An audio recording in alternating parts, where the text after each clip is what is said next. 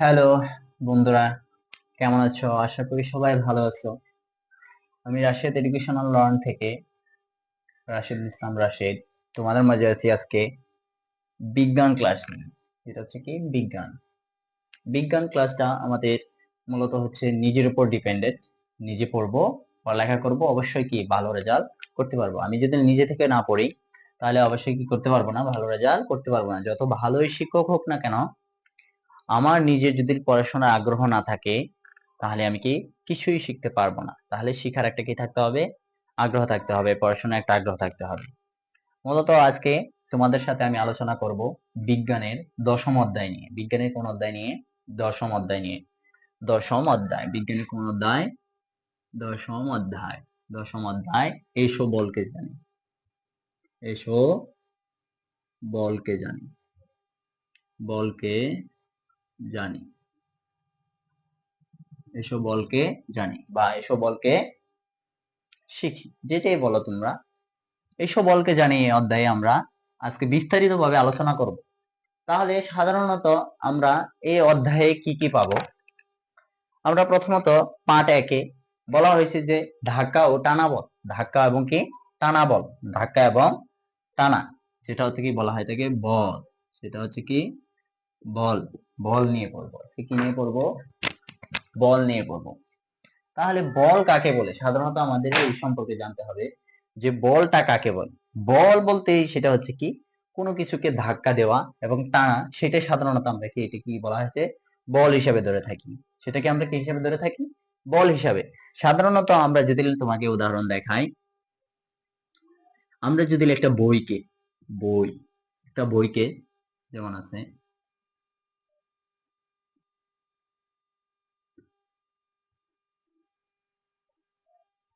একটা বইকে, সাধারণত কি একটা বই, এই বইটাকে যদি আমরা কি করি ধাক্কা দিই, এদিক থেকে এদিকে সরাই নিয়ে আসি, এখানে বইটাকে নিয়ে আসি এবং কি এখান থেকে টান দিয়ে এখানে কি নিয়ে আসি, হস্তান্তর করি।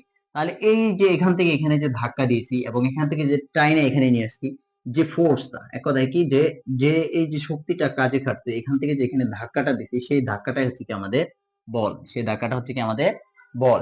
এবং যে টাইনা এখান থেকে এখানে নিয়ে আসছি সেটাই হচ্ছে কি আমাদের বল। তাহলে মূলত আমরা এক কথায় জানতে পারলাম কি বলটা কি। বল হচ্ছে কি কোনো কিছুকে ধাক্কা বা টানা দেওয়া, টান দেওয়া। কোনো কিছুকে ধাক্কা দেওয়া বা টানা, ধাক্কা দেওয়া বা টানা, সেটাকে কি বলা হয়ে থাকে? বল বলা হয়ে থাকে। তো অবশ্যই তোমরা জানতে পারছো যে বল কাকে বলে। বল হচ্ছে কি কোনো বস্তুকে ধাক্কা দেওয়া বা ঠেলায়, সেটা হচ্ছে কি বল।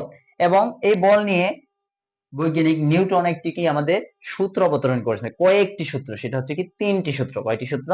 তিনটি সূত্র অবতরণ করছে। একটা হচ্ছে কি প্রথম সূত্রটা হচ্ছে কি বাইরে থেকে কোনো বস্তুকে বল প্রয়োগ না করলে, আমি সাধারণত বলি বাহিরে থেকে, প্রথম সূত্রটা নিউটনের টনের প্রথম সূত্র। প্রথম সূত্র সূত্র প্রথম সূত্রটা, তাহলে সাধারণত আমরা কি লিখবো যে বাইরে থেকে, বাইরে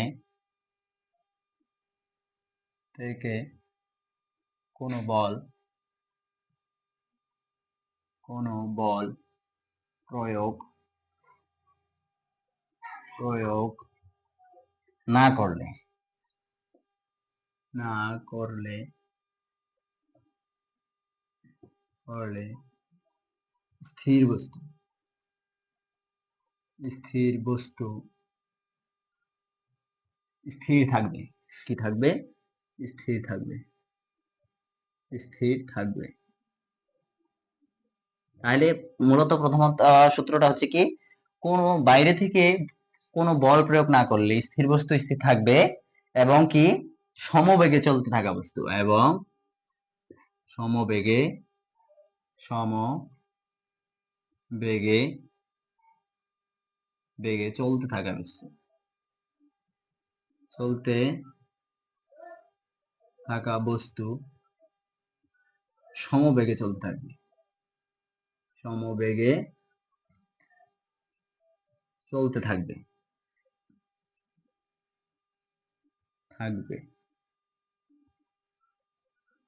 তাহলে নিউটনের প্রথম সূত্রটা হচ্ছে কি যে বাইরে থেকে কোনো বস্তুকে বল প্রয়োগ না করলে গতিশীল বস্তু গতিশীল থাকবে এবং স্থির বস্তু স্থির থাকবে এবং সমবেগে চলতে থাকা বস্তু সমবেগে চলতে থাকবে। মূলত এটার অর্থটা হচ্ছে কি, আমরা যদি কোনো বস্তুকে, যেমন একটি ইটকে যদি আমরা, এই যেমন এটি একটি বস্তু, এই বস্তুকে যদি আমরা এটাকে ধাক্কা না দেই, না টানি, তাহলে যে অবস্থায় আছে বস্তুটি সে অবস্থায় থাকবে, যে অবস্থায় আছে বস্তুটি সে অবস্থায় থাকবে।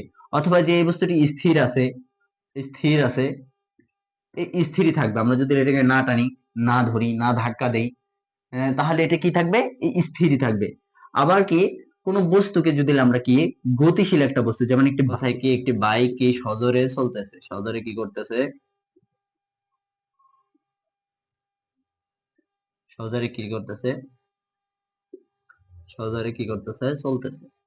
তাহলে সজোরে কি করতেছে, চলতেছে। এই বাইকটি সজোরে কি করতেছে, চলতেছে।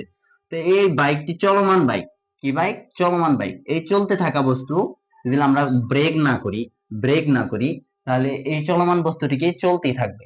ব্রেক না করা পর্যন্ত সেই বাইকটি কি চলতেই থাকবে। এবং স্থির যদি থাকে, ওই স্থিরই থাকবে। স্থির যদি থাকে, স্থিরই থাকবে। স্থির থাকলে কি থাকবে, স্থির থাকবে। সেজন্য নিউটনের প্রথম সূত্রটি আমরা দেখলাম, যদি কোনো থেমে থাকা বস্তু, স্থির বস্তু বল প্রয়োগ না করা পর্যন্ত স্থিরই থাকবে এবং সমগতিতে, এক কথায় কি সমবেগে চলতে থাকা বস্তু সমবেগেই চলতে থাকবে। তাহলে এটাই শুধুমাত্র বলা হয়েছে। এখানে আবার আমরা নিউটনের প্রথম সূত্রে সাধারণত এটা জড়তার সূত্র হিসেবে ধরে থাকি। তাহলে জড়তাটা কি, জড়তা, জড়তা অনেকে বলে যে জড়তা সূত্রটা কি। তাহলে আমরা নিউটনের প্রথম সূত্র হিসাবে আমরা কি হিসাবে সাব্যস্ত করা হয়, জড়তা।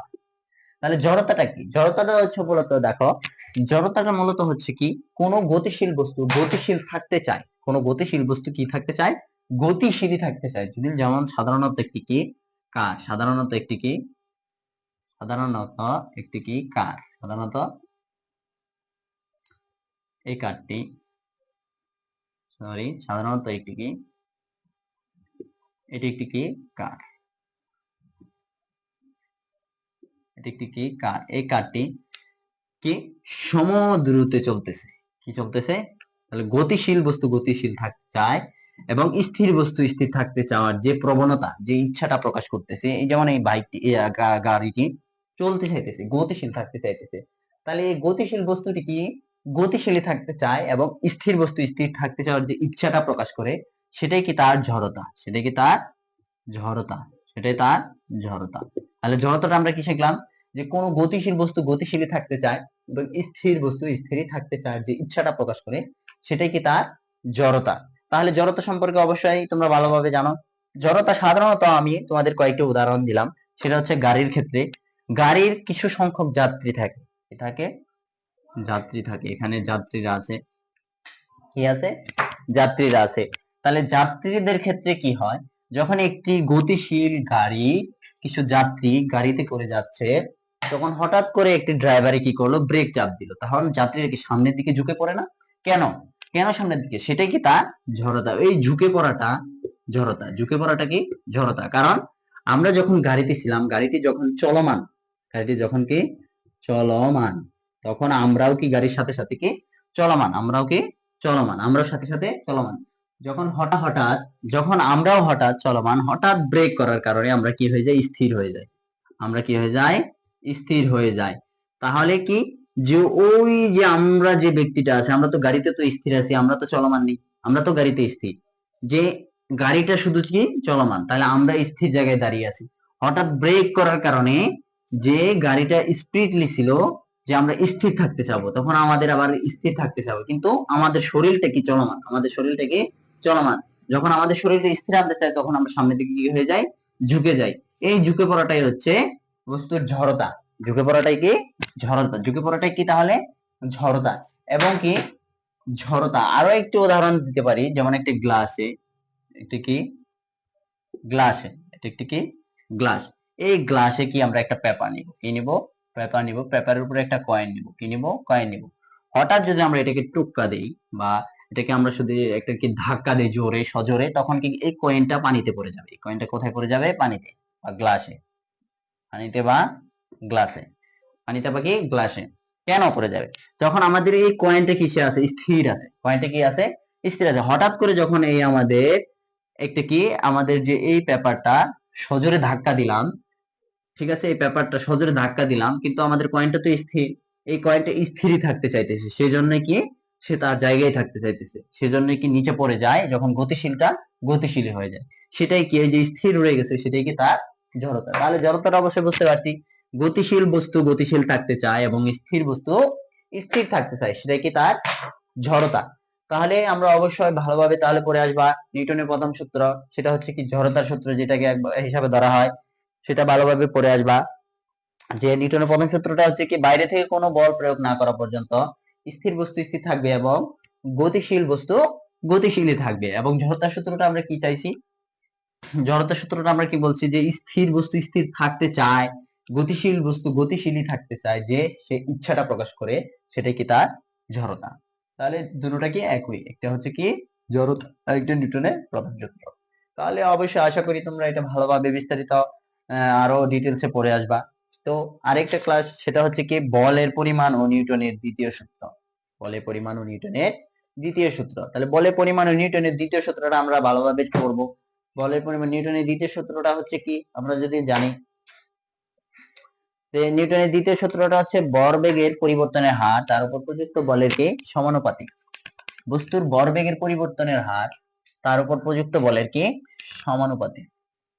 বস্তুর ভরবেগের